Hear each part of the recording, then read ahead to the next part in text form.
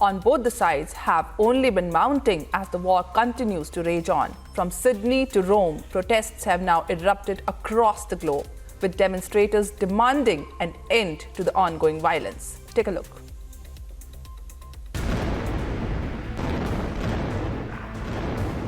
As the Israel-Hamas war rages on, protests have erupted across the globe.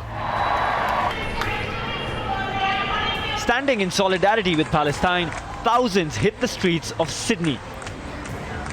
Palestine has been always our land and it will remain our land. It's not the first colonization and it's not going to be the last.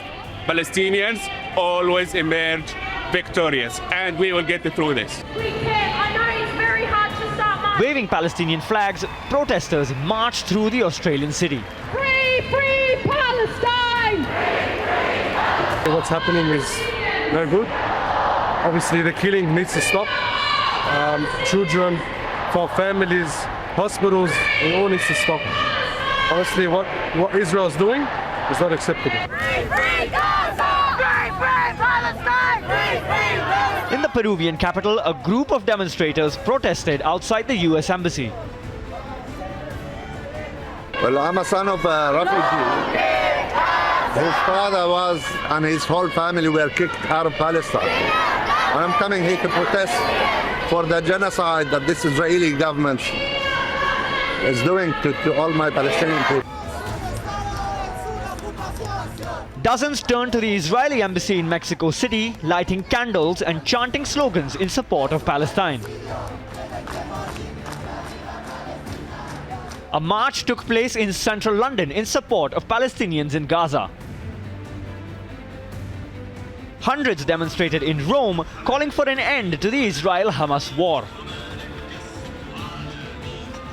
Since the unprecedented attack by Hamas on October 7, more than 6,900 rockets have been fired at Israel. More than 1,400 massacred, at least 200 held hostage. More than 4,000 have been killed in Palestine. The clamor for peace is only growing louder by the minute. Agency report, Republic TV. Liverpool and Everton observed a minute's silence during the Saturday's match at Anfield in the memory of the thousands of lives lost in the Israel-Hamas war. Century Laminates gets you this report.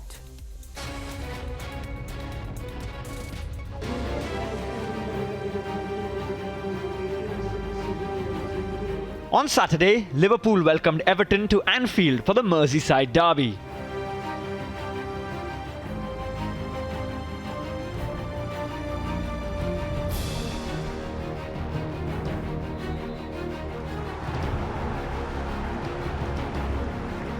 The match started with a minute of silence before kickoff, and all players, managers and match officials were wearing black armbands in memory of thousands of lives lost in the ongoing war in Israel and Palestine.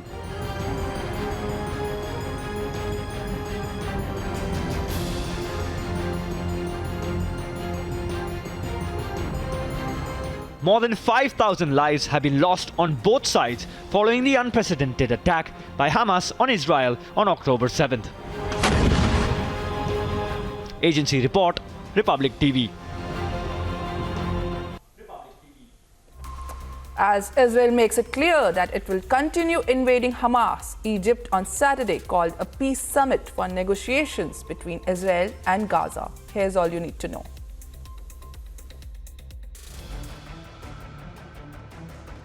Egypt's President Abdel Fattah el-Sisi organized the summit, calling for an end to the war. On agenda was humanitarian aid to Gaza, ceasefire negotiations, and the resumption of Israel-Palestine peace talks. In attendance were the Prime Ministers of Iraq, Italy, Spain, Greece, and Canada, and the President of the European Council. However, no consensus has been reached. ويخطئ في فهم طبيعة الشعب الفلسطيني من يظن أن هذا الشعب الأبي الصامد راغب في مغادرة أرضه حتى لو كانت هذه الأرض تحت الاحتلال أو القصف.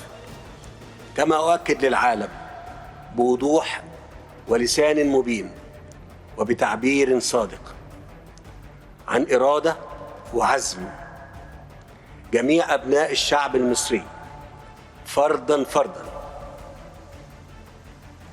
إن تصفية القضية الفلسطينية دون حل عادل لن يحدث، وفي كل الأحوال لن يحدث أبدا على حساب مصر.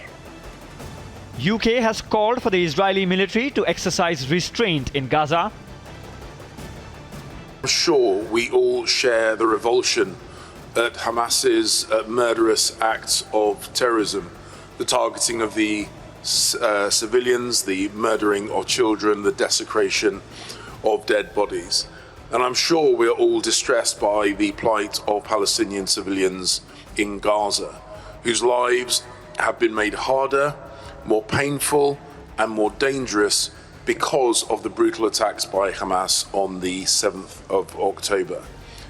And we all mourn the dead, both Israeli and Palestinian.